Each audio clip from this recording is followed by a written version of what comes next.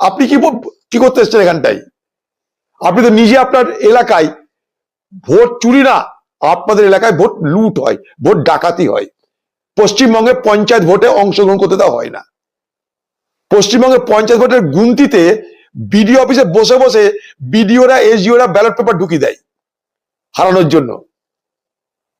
Municipality vote হয় না, লুট হয়। সমবায় ভোট হয় না, কোনো ভোটই হয় না। সৌজন্য পশ্চিমবঙ্গের নির্বাচন কমিশন, যেটা খোকাবাবুদের নির্বাচন কমিশন।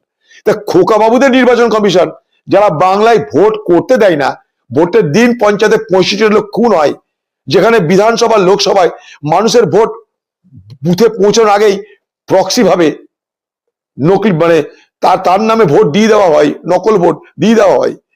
সেই রাজ্যের খোকাবাবু এসে যখন এত বড় বড় কথা বলে, তখন ভূতের মুখে রাম নাম আর পেতনির মুখে রাম নামের কথা মতো মানায় মনে হয়। দেখবো আমরা তো চাই যে নির্বাচন কমিশনের অধীনে বৈধ ভোটাররা নিশ্চিন্তে তাদের নাম ভোটার তালিকায় তুলতে পারবে। আর আপনারা যার কথা বলছে সে গুড ফর নাথিং, সে কে, সে কি কারণে এসছে এখানটা আমার জানা নাই। মুখ্যমন্ত্রী আসা উচিত ছিল, রাজ্যের মুখ্যমন্ত্রী তার আসা উচিত ছিল এখানটা, আমি মনে করি। আর এগুলো পৌঁছে গেছে খবর, এগুলো নির্বাচন কমিশন প্রতিদিন তাকে নিয়ে দেখা, প্রতিদিন তাদের সঙ্গে মিডিয়ায় আলোচনা বিতর্ক তর্ক চলছে বাংলায়। নতুন তার মধ্যে কি যুক্ত করলো আমার জানা নাই। দেখা দিল যে আমি দেখো আগামী দিনে বাংলায় নেতৃত্ব দেবো, তা পিসির নেতৃত্ব দেবে না ভাইপো নেতৃত্ব দেবে, সেই লড়াইটা আগামী দিনে শুরু হতে চলেছে, এটা তারই প্রমাণ।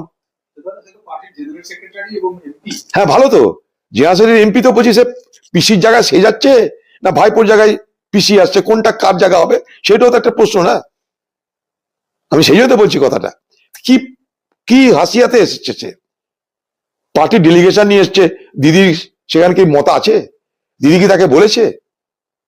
দিদি কেন আসতে পারলো না? দিদি তো আসা উচিত ছিল, দিদি সর্বসর্বা, তার তো আসা উচিত ছিল।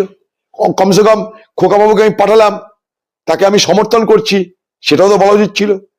আমার তো মনে হয় তৃণমূল দলের মধ্যে জেনারেশনাল শিফটে যেটা কথা বলছেন, সেটা দূরত্ব যেন বাড়ছে আস্তে আস্তে। আরো